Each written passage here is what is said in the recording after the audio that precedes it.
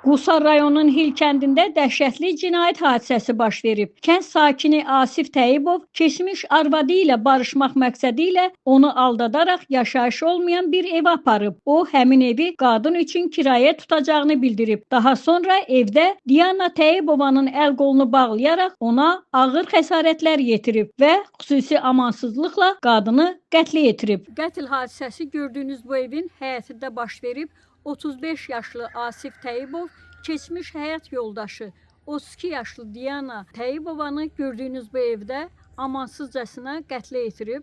Qeyd edək ki, cütlük 3 il əvvəl boşanıb və Diana Təyyibova ata evində yaşayıb. Onların 3 övladı olub. Uşaqlardan ikisi atanın, biri isə ananın himayəsində qalırmış. Məlumatlara görə qətl hadisəsindən sonra izi itirmək məqsədi ilə Asif Təyyibov özünün və Diananın mobil telefonunu, eləcə də mərhumun qızıl zinət əşyalarını Hil kənd orta məktəbinin tualetinə atıb. Qeyd edək ki, Asif Təyyibov həmin məktəbdə bağban kimi çalışıb. Mərhumun valideynləri Diananın evli olan müddətdə də dəfələrlə zorakılığa məruz qaldığını və ona həmişə zülm verildiyini dilə gətiriblər. Atası Asif Həsənbəyov deyib ki, qətl hadisəsi baş verən gün qızı kiçik oğlunu hazırlığa aparıb, sonra geri qayıtmayıb.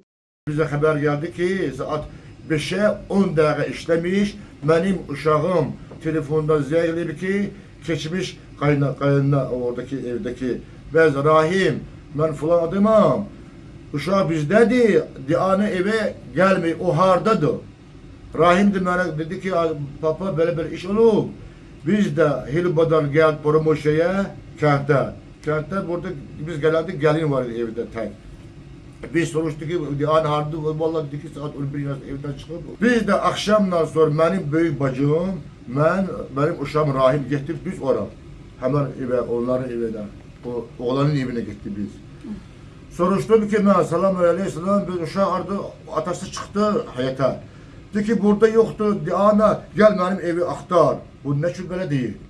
Sonra söhbət, mən oğlandan soruşdum ki, oğlan, sən bu Diana'nın danışdığını elədin mi? Yox dedi bizə, mən onu görməmişəm deyir. Əvvəl bu nəsə, o da gəldi ki, nəsə başından vurur bunu. Üzülə gedəndən sonra, ağzı skoçla, əlləri skoçla, ayaqları skoçla bağlayıb, sonra o qayışınla nəsə, bıçaqlasa bunun bu şah damarı olaraq kəsib. Dəhşətli bir şeydir. Həmən oğlan. Bizə gələndə, yəni bir toyuq kəsdi. Bu, yox deyir, mən kəsə bilmirəm deyir. Bu ancaq anasının işi olub. Anası sifariş anasıdır. Böyük anası tutmalıdır. Mərhumun əmisi Eynullah Həsənbəyov qətlin əvvəlcədən planlaşdırıldığını bildirib. Bunu sitədən nə tər lazımdır, məsələn, plan tutulub. Bir gün bunu aparıb o evi göstərib ki, biz burada yaşayacaq, kereye çıxacaq uşaqlarla. Keçmiş əri. Keçmiş əri, hə. Sonra gedib o evi zadı göstərilib. Orada məsələn, bu aparıb skoç aparıb, bu dəyənək aparıb. Sonra bir qoca şey də aparıb, odun da qalıyıb başqasının evində. Sonra bu gəlin aparıb uşağı məsələn, saat 11-də məktəbə, birdə də götürməlidir. Görüb ki, uşağın anası yoxdur. Uşaq qalıb ağlayıb məktəbdə. Bu vaxtı o oğlan o qızın işi görüb qutarıb. Öldürüb oje.